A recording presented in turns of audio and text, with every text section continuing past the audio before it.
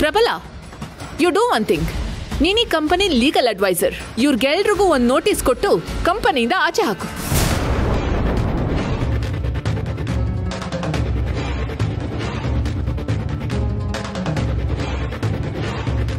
ಒಬ್ಬ ಎಂಪ್ಲಾಯಿನ ದಿಢೀರಂತ ತೆಗೆಯೋದಿಕ್ಕೆ ನಮ್ಗೆ ಯಾವ ಅಧಿಕಾರನೂ ಇಲ್ಲ.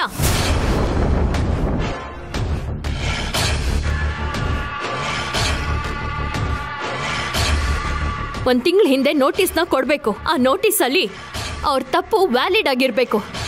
ಸಿಲ್ಲಿ ರೀಸನ್ಸ್ಗೆ ತೆಗೆಯೋ ಹಾಗಿಲ್ಲ.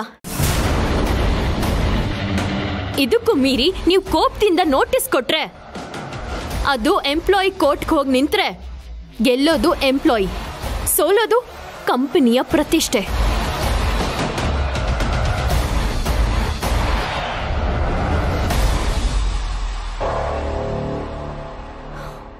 ಅದರಿಂದ ಬ್ರ್ಯಾಂಡ್ ವ್ಯಾಲ್ಯೂ ಡ್ಯಾಮೇಜ್ ಆಗುತ್ತೆ, ಕಂಪನಿ ಲಾಸ್ ಆಗುತ್ತೆ.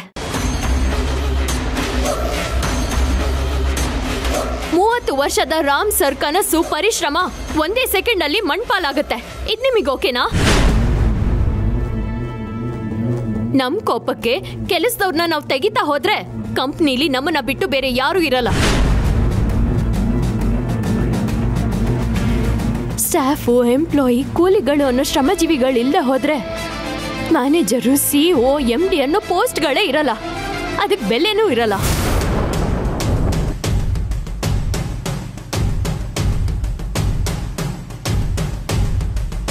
ಅರಮನೆ ಅಂತ ಮನೇಲಿದ್ದೀವಿ. ಅದನ್ನ ಕೂಲಿಯವರು ಕಟ್ಟೆ ಹೋಗಿದ್ದಿದ್ರೆ ಸಾಧ್ಯನೇ ಆಗ್ತಿರ್ಲಿಲ್ಲ. ಸಣ್ಣದಾಗಿ ಶುರುವಾದ ಈ ಕಂಪನಿ ಇವತ್ತು ಕೋಟ್ಯಾಂತರ ರೂಪಾಯಿ ಟರ್ನ್ ಓವರ್ ಮಾಡ್ತಿದೆ. ಅಂದ್ರೆ ಅದು ಕೂಲಿಯವರಿಂದ. ಅವ್ರು ಇಲ್ಲ ಅಂದಿದ್ರೆ ಈ ಕೋಟಿ ಎಲ್ಲ ನಮ್ಮಿಂದ ಮಾಡೋದಿಕ್ಕೆ ಆಗ್ತಾ ಇರ್ಲಿಲ್ಲ.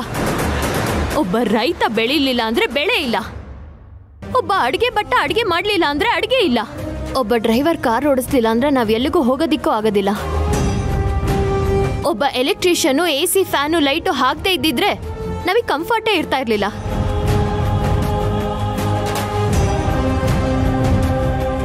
ಕೋಟಿ ಕೋಟಿ ಇದ್ರೆ ಏನು, ದಿನನಿತ್ಯದ ಒಬ್ಬ ಶ್ರೀಮಂತನ ಲೈಫಲ್ಲಿ ಕೂಲಿಯವ್ರಿಲ್ಲ ಅಂದ್ರೆ ಟೋಟಲ್ ಖಾಲಿ.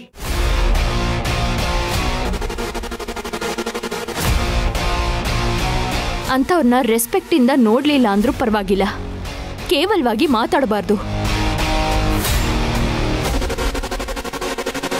ಅಂಡ್ ಆಸ್ ಅ CEO ಆಗಿ ನನ್ನ ಅಪ್ರೂವಲ್ ಇಲ್ದೆ ನೀವ್ ಯಾರನ್ನು ಕೆಲಸದಿಂದ ತೆಗೆಯೋ ಹಾಗಿಲ್ಲ, ನೆನ್ಪಿರ್ಲಿ.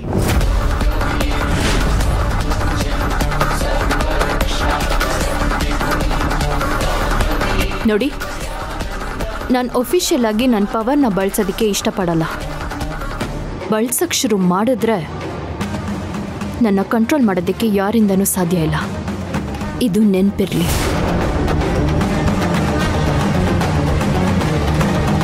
ಆ್ಯಂಡ್ ಆಗಲೇ ಜನರು ಬೆಂಬಲಕ್ಕೋಸ್ಕರ ಬಂದ್ಯಾ ಅಂತ ಕೇಳಿದ್ರಲ್ವಾ? ನಾನು ಜನರಿಂದ ಬಂದವಳು, ಜನರಿಗೋಸ್ಕರ ಬಂದವಳು, ಕೊನೆವರೆಗೂ ಜನರ ಜೊತೆಲೇ ಇರೋಳು. Because I am also one of the ಕೂಲಿಯವಳು.